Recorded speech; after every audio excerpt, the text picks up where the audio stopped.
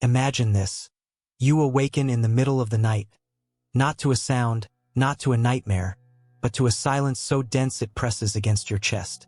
Your eyes open, and you're surrounded by the same walls you see every day, the same ceiling fan rotating overhead. Nothing has changed, and yet, everything feels altered. You can't shake the feeling that something essential, vital, and invisible has gone missing. You're not just lost in life, you've forgotten something. Something you once knew before you were born. This is not a crisis of routine or ambition. It is a crisis of meaning, the kind of existential rupture that splits the self into two. The one who is living, and the one who is watching from behind the eyes, whispering, "This is not why you came here." We are taught that we arrive in this world blank, tabula rasa, that we are shaped entirely by environment, education, genetics. But beneath these layered identities lies something primordial and intimate, the soul contract, a metaphysical blueprint forged before incarnation, outlining the mission of your life. Not your job, not your role in society, but your deeper work, your karma, your wounds to transmute, the people you must encounter, the art you must create, the pain you must endure, and the wisdom you are meant to alchemize. Carl Jung called it the individuation process, the journey toward becoming the self, not merely a product of societal expectations. Until you make the unconscious conscious, he warned, it will direct your life and you will call it fate. But what if fate was not a fixed destiny imposed upon you, but an agreement made by you, long before you remembered what this place even was? The forgetting is part of the deal. That is the paradox. The soul agrees to forget in order to remember through experience. Like an actor who agrees to enter a role so completely that they must find their way back to who they really are, guided only by intuitive flashes and dreams that make no rational sense. You've felt it. Those moments when something inside you pulls with such unexplainable force that it bypasses logic entirely. A person's face seems eerily familiar.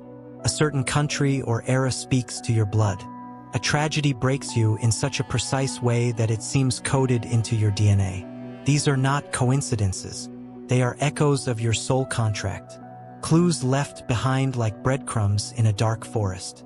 The philosopher Arthur Schopenhauer once remarked that we often look back on our lives and feel astonished at how events, seemingly random, formed a coherent narrative, like chapters in a novel we didn't know we were writing.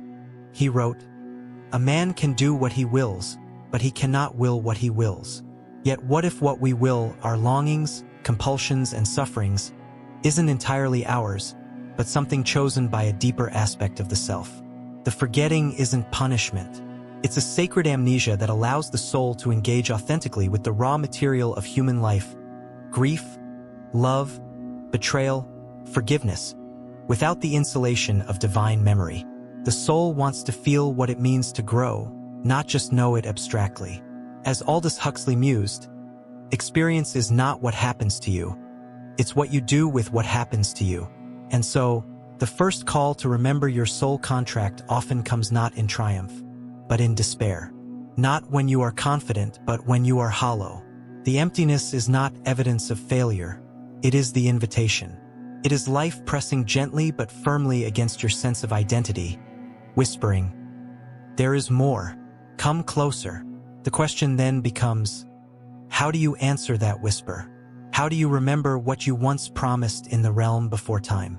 That is where we begin, in the place between sleep and waking, between the ego and the soul, between forgetting and the first glimmer of remembrance. It begins subtly, a repeated number, a song playing at just the right moment, a dream so vivid it haunts your waking life. These are not mere quirks of probability, they are the language of the soul trying to communicate with the mind. But we, conditioned to prize logic and dismiss the unseen, often silence these signals before they have a chance to speak. Synchronicities, those eerie alignments of outer events with inner states, are the soul's handwriting across the canvas of time. Carl Jung coined the term to describe a meaningful coincidence of two or more events where something other than the probability of chance is involved. He believed that synchronicity was how the unconscious revealed itself, not through words but through patterns. And when one is on the path of remembering their soul contract, these patterns become almost impossible to ignore. You may start noticing people entering your life who challenge you in uncanny ways. Conversations repeat themselves. A book falls off the shelf, or a quote you've never heard before suddenly appears everywhere.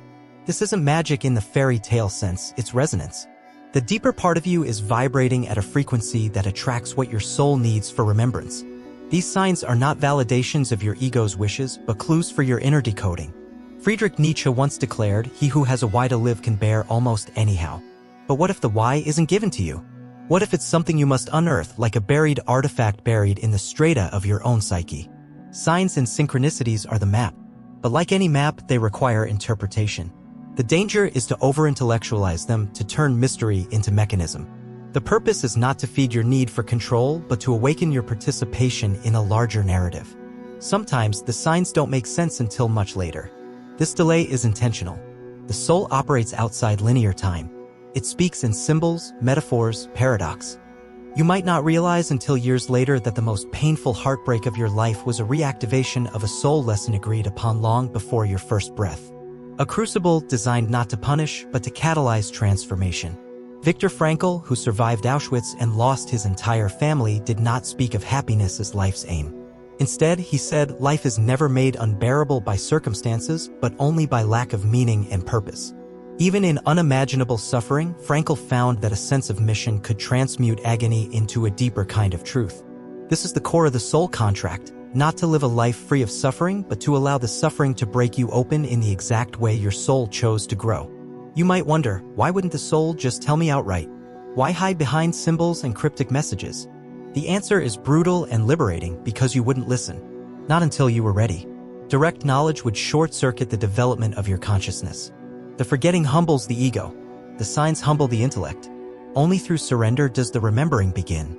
The soul's language requires emotional attunement, not mental mastery. It whispers through art, silence, stillness. It lingers in déjà vu and speaks loudest in your longing. If you feel a hunger for something you cannot name, a homesickness for a place you've never been, that is the soul knocking from within. So, begin there. Keep a record. Notice what repeats. Study the patterns not as curiosities, but as sacred instructions. Ask not only what this moment is trying to show you, but who it is trying to make you remember. The next step is deeper still, into the architecture of forgetting and why remembering must feel like a death before it feels like a rebirth. There's a cruel beauty to it, the way you were born into this world naked not only of memory but of meaning.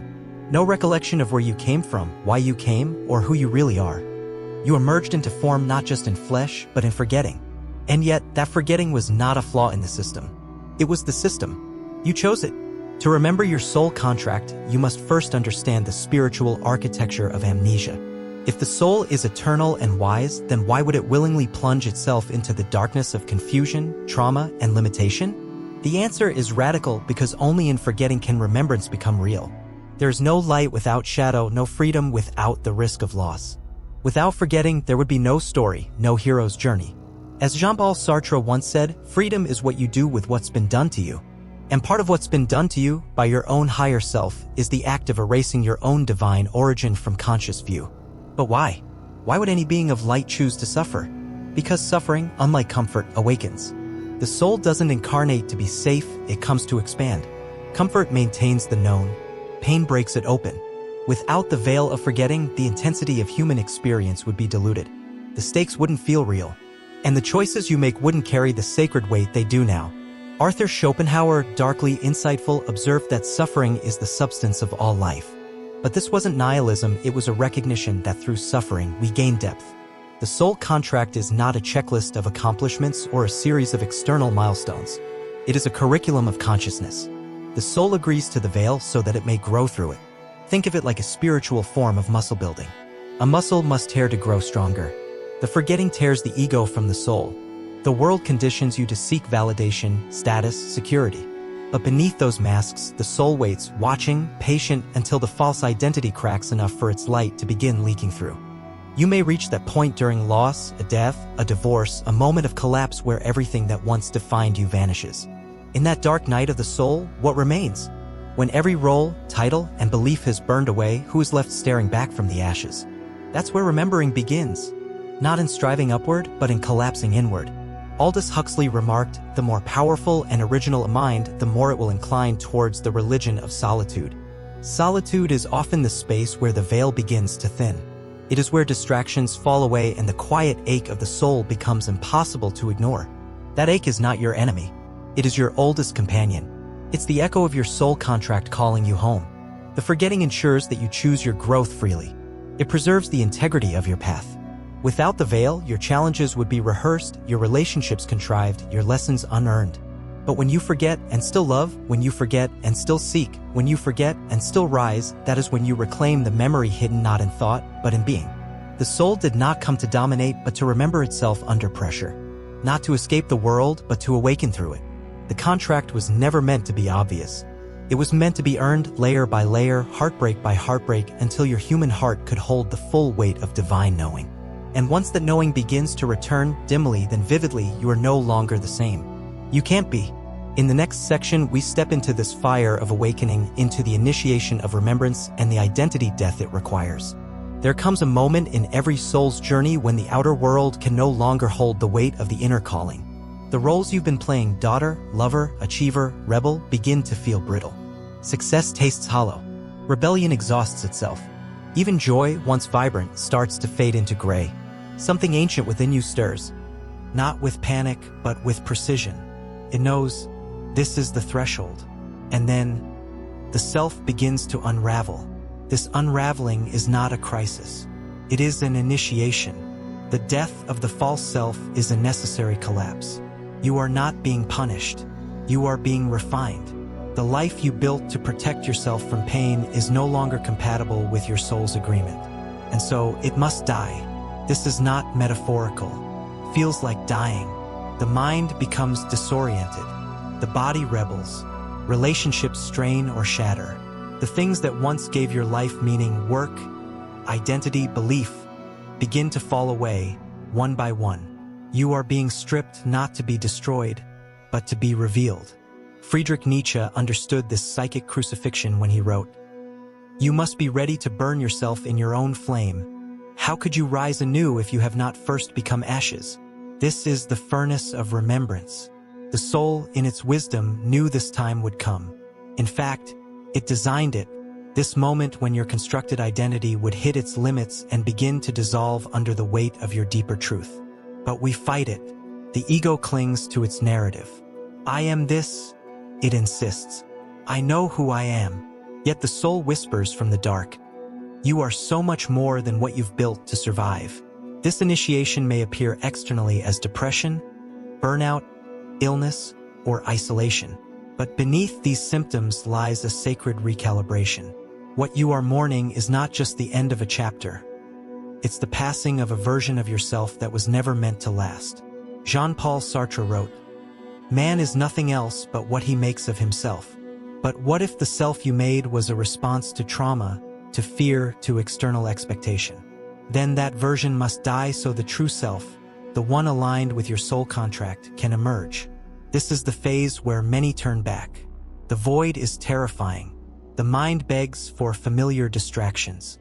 But if you can stay, if you can sit in the dark without reaching for false light, you will begin to feel something shift. Not comfort, not certainty, but presence. You begin to sense the quiet intelligence beneath the collapse. Viktor Frankl once observed that when we are no longer able to change a situation, we are challenged to change ourselves. This is the heart of the initiation. The demand to surrender control and allow yourself to be undone. In doing so, you become porous, receptive. The soul's memory begins to surface, not as thoughts, but as truths you feel in your bones. You may find yourself remembering things you never learned, sensing wisdom that no book gave you, feeling called to places, people, practices that seem irrational but feel like home. You are not going mad. You are waking up. The death of the false self makes space for a deeper alignment. You're no longer asking, what should I do? But who am I here to be? This is the language of the soul contract. This is the becoming. In the next section, we will explore how to embody your soul contract, not as a fixed fate, but as a living, breathing mission that moves through you with every choice you make. Once the false self has fallen away and the voice within grows louder than the noise without, a strange clarity emerges. Not a clarity of facts, plans, or 5-year goals, but a clarity of being. You no longer seek meaning in the external world. You carry it. You begin to realize your soul contract is not something to find. It is something to become. This becoming is not performative. It does not care how many eyes are watching or how the world measures your success. Your mission may not be grand in the way society defines it. You may not lead revolutions or write epics, but the soul contract never promised applause. It promised alignment. To embody your contract is to live from the inner yes. The magnetic pull toward certain people, certain work, certain wounds that you are uniquely capable of transforming into wisdom. Your soul's mission might be as vast as awakening a generation, or as quiet as breaking a lineage of silence within your family. Both are sacred. Both change the world. Carl Jung warned against the perils of collective conformity, saying, "The privilege of a lifetime is to become who you truly are." Becoming is not about acquiring, it's about shedding. The more you align with your contract, the less you tolerate falseness. You stop betraying yourself for approval. You stop chasing what drains you. Instead, you begin to make decisions from the center of your being, not the edges of your fear. This embodiment feels different. It isn't always pleasant. Often, it's isolating. People who once mirrored your wounds no longer resonate. Structures you depended on start to crumble. But this is not regression. It's refinement. You're no longer reacting. You're responding, moment by moment, from your soul's compass. To live your soul contract is not to know your entire path in advance. It is to walk it without needing to. Like a sculptor who chips away at marble without knowing what form will emerge. You trust that something holy is being revealed through your choices. Aldous Huxley captured this when he wrote, "The secret of genius is to carry the spirit of the child into old age, never losing your enthusiasm. That childlike curiosity, the sacred wonder you carried before the world hardened you, that is your truest tool of remembrance. The more you lean into it, the more alive your mission becomes. And you will know when you are aligned. Not because life becomes easy, but because it becomes true. You wake up with a sense of rightness. Even your pain has context. Your mistakes become material for your message. Nothing is wasted. The soul is an alchemist. It turns every fragment of your life into part of the contract." Arthur Schopenhauer observed, "Each day is a little life, every waking and rising a little birth, every fresh morning a little youth, every going to rest and sleep a little death." This daily rhythm is the rhythm of embodiment. You die to what is false. You awaken to what is real. Over and over again. This stage is not the end. It is the sacred middle, the living contract. You are not here to complete a checklist. You are here to be radically present to your purpose and to live it as only you can. No one else has your exact fingerprint on reality. Your healing matters. Your story matters. Your integrity matters. The soul doesn't demand perfection. It demands authenticity. When your choices begin to reflect your inner knowing, you are not just remembering the contract, you are fulfilling it. Not in grand declarations, but in small, daily resurrections of truth. Next, we move to the final stage, integration and devotion. How to anchor your remembering into the rhythm of your life so it doesn't fade into mysticism but becomes embodied devotion. There comes a point when remembering your soul contract is no longer a pursuit but a posture. No longer a question you claw at in the night, but a rhythm in your blood. The fire that once tore your identity apart now burns quietly within you, not consuming, but illuminating. You are no longer chasing the mission. You are living it. And now, the work becomes this, integration. Devotion. Making the sacred ordinary. Integration is not dramatic. It rarely announces itself. You won't always feel mystical, guided, or invincible. In fact, some days you'll feel achingly human, fragile, distracted by the mundane. But something has changed. You no longer treat those days as failures. You honor them as part of the contract. The soul doesn't need constant ecstasy. It needs consistency. The deeper work of embodiment happens in the repetition of small, intentional acts, how you speak to a stranger, how you hold your boundaries, how you return to presence when fear tempts you to run. These are the sacred rituals of the integrated soul. As Viktor Frankl said, our main motivation for living is our will to find meaning. But once meaning is found, our task becomes guardianship. To live in a way that honors what we've remembered, not just when it's convenient, but especially when it's hard. Devotion is not always grand. It doesn't require temples or incense or perfect meditation practices. Sometimes devotion is choosing stillness when everything in you wants distraction. Sometimes it's doing the hard thing with kindness or offering truth without defense. Devotion is not a feeling, it's a choice. A return. A steady coming home to the soul. To anchor your remembrance, you need practices that pull you back into center. Not as performance, but as protection. Journaling, walking, silence, ceremony, even deep breathing done with intention becomes a reconnection to the divine intelligence inside you. These are not luxuries. They are lifelines. Friedrich Nietzsche's whisper echoes here again, become who you are. It sounds simple, but to do this in a world that constantly pulls you toward who you're not is the very essence of spiritual strength. Integration is this, being unwavering in your essence, even when the world offers you endless reasons to forget. You may still question yourself. You will still fall asleep, spiritually speaking. But now you wake faster. The forgetting no longer derails you, it reminds you how far you've come. You no longer panic in the void. You've walked it before. And you know, remembering is not a one-time event. It is a spiral, a lifelong unraveling and deepening. Jean-Paul Sartre once said, commitment is an act, not a word. The final stage of remembering your soul contract is to commit, not through declarations, but through your life. Your choices, your embodiment. When every part of you is aligned in word, action, and energy, you become a conduit for something far greater than yourself. And so, this is the paradox. You came here to forget so that remembering would have weight. You descended into amnesia to make awakening real. You carved your mission into the marrow of your being, knowing one day, through fire and silence and longing, you'd remember. And you are remembering now, not because of me or words or coincidence, but because your soul was always going to call you back.